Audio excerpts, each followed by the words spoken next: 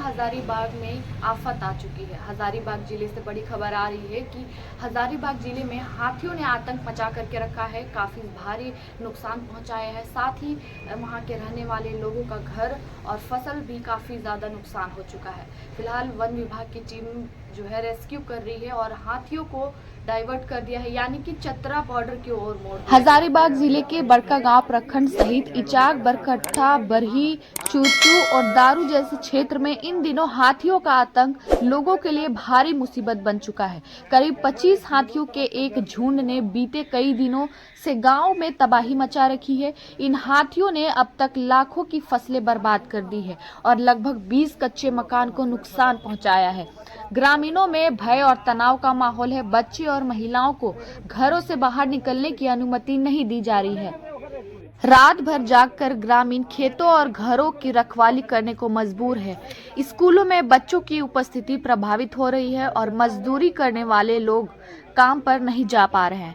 धान, मक्का और सब्जी जैसे मुख्य फसलों को हाथियों ने रौंद डाला है। इससे ग्रामीणों को आर्थिक तंगी का सामना करना पड़ रहा है। कई ग्रामीणों के कच्चे मकान भी हाथियों ने हमले में पूरी तरह से तोड़ दिया है। वन विभाग के अनुसार पिछले 1 साल में हाथियों के हमलों में करीब 22 लोगों की जान गई है। यह आंकड़ा हाथियों के खतरे को दर्शाता है और बताते हैं कि यह केवल आर्थिक संकट नहीं बल्कि एक गंभीर जानलेवा स्थिति बन चुकी है। वन विभाग के एसीएफ अधिकारी ए.के. परमार ने बताया कि विभाग की त्वरित कार्यबल क्यूआरटी टीम हर शाम 7 बजे से प्रभावित क्षेत्रों में तैनात है। झुंड को आबादी से दूर ले जाने का प्रयास किया जा रहा है और फिलहाल चतरा बॉर्डर की ओर मोड़ने की कोशिश की जा रही है। ग्रामीणों को जागरूक किया जा रहा है कि वे पटाखे, मसाले, ढोल, नगाड़ों का उपयोग कर हाथियों को भगाए, लेकिन नजदीक जाने की भूल ना करें। वीडियो बनाने या सेल्फी लेने जैसे प्रयास जानलेवा हो सकते हैं। वन विभाग ने यह स्पष्ट चेतावनी दी है। वन विभाग ने पीड़ित किसानों के लिए मुआवजा पैकेज की घोषणा भी की है। फसल नष्ट होने पर 130 प्रति डिसमिल, कच्चा मकान क्षतिग्रस्त होने पर 10,000, अनाज नष्ट होने पर 2600 रुपये प्रति क्विंटल मुआवजा दिया जाएगा। यह मुआवजा मुखिया और विभागीय टीम द्वारा सर्वेक्षण और सत्यापन के बाद जल्द वितरित किया जाएगा। वन अधिकारी परमार का कहना है कि महुआ की शराब की गंध हाथियों को आकर्षित करती है, इसलिए ग्रामीणों से अपील है कि देशी शराब बनाना बंद करें। इसके अलावा उन्होंने जिला प्रशासन से सोलर लाइट और हाई मास्ट लाइटें लगाने की मांग की है ताकि रात के समय हाथियों की गतिविधियों को रोका जा सके।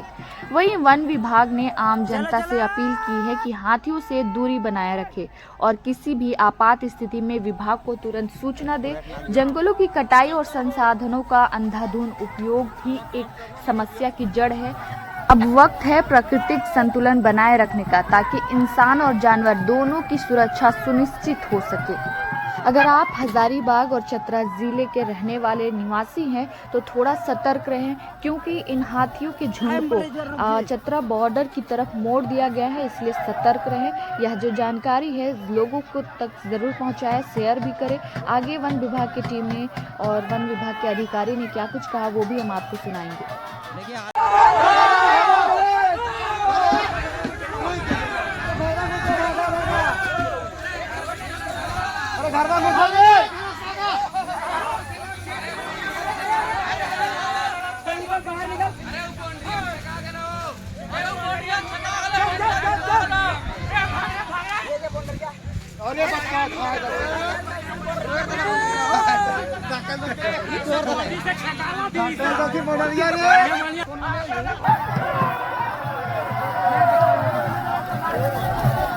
बड़े जोर रुक जी।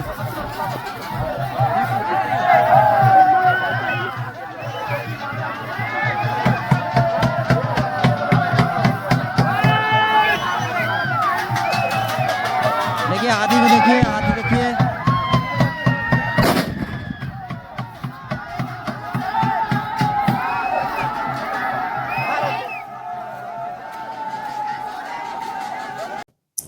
अभी हाथी जो है एक झुंड 26 का है जो बड़कागांव में है और बड़कागांव में लगभग 20 दिनों से राउतपाड़ा, कांडतरी, सलगा, घुट्टू, सिकरी, लाकुरा और ये में जगहों में अपना खाने के लिए रुका हुआ था। संजोग से हाथी इसी बीच में 2 बच्चा दे दिया, जिसके कारण उसको ट्रैक करके हटाने में समय लग गया।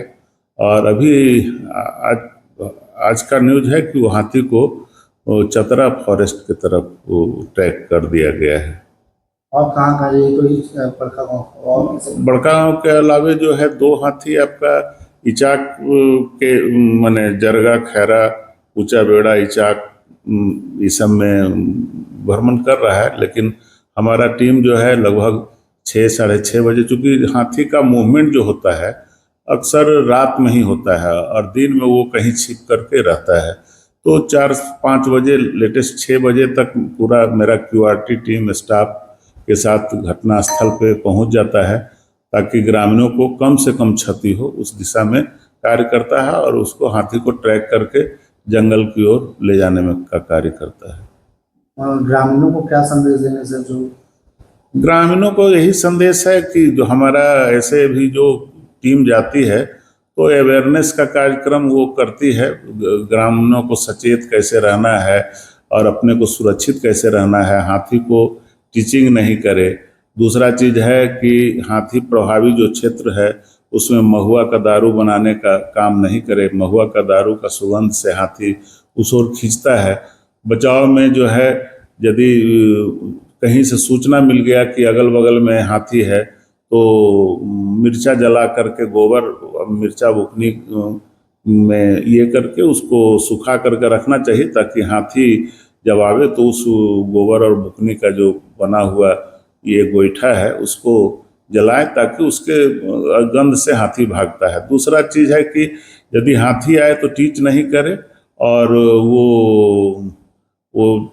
जो ढोल उल बजा करके और उसको निकट नहीं आने दे। और दूसरा सबसे बड़ी चीज़ है कि हम लोग जिला प्रशासन से मांग किए हैं कि जो भी हाथी प्रभावित क्षेत्र है उसको सोलराइजेशन करके लाइट की व्यवस्था किया जाए, ताकि लाइट को देख करके गांव की ओर ये हाथी का मूवमेंट नहीं हो और ग्रामीण लोग बच सके। और रही बात ग्रामीणों का फसल का जो नुकसान होता है, उसके लिए तो वन विभाग को जो है बड़े पैमाने पे कार्य करना होगा। उसका कॉरिडोर में उसका हैबिटेट को क्रिएट करना होगा, उसके खाने के लायक जो फूड फॉडर स्पेसीज है उसको डेवलप करना होगा, ताकि उसका खाना यदि हम उसके रास्ते में मिल जाएगा तो गांव की ओर मूवमेंट उसका नहीं होगा। अभी किसानों का साफ तौर पे मांग ये भी है सर कि बहुत उनका नुकसान हो गया फसल का, उसकी भरपाई कैसे होगी? क्या जिला प्रशासन करेगा या वन विभाग? नहीं, वन विभाग के द्वारा किया जाता है। सरकार का एक दर निर्धारित है, उसमें यदि मान लिया कि फसल कितना रकबा में डैमेज हुआ है तो उसके अनुसार हम लोग 130 रुपये पर डिसमिल के हिसाब से उसको देते हैं। और यदि मान लिया मकान का साधारण क्षति हुआ है, कच्चा मकान का, तो 10,000 देते हैं। पूर्ण क्षति होता है तो उसी के अनुसार हम लोग जो निर्धारित दर है देते हैं। और यदि अनाज का ये किया गया है तो 2600 रुपये क्विंटल अनाज यदि खा लेता है तो उसका जो रिपोर्ट आता है वो वन विभाग और रेवेन्यू विभाग के संयुक्त जांच प्रतिवेदन, पहले मुखिया उसका असेसमेंट करते हैं, उस असेसमेंट के आधार पे वन विभाग और राजस्व जो है संयुक्त जांच करता है और प्रतिवेदन आता है। तो जैसे ही प्रमंडल में प्रतिवेदन आता है 2 से 3 दिन में उसका भुगतान हो जाता है।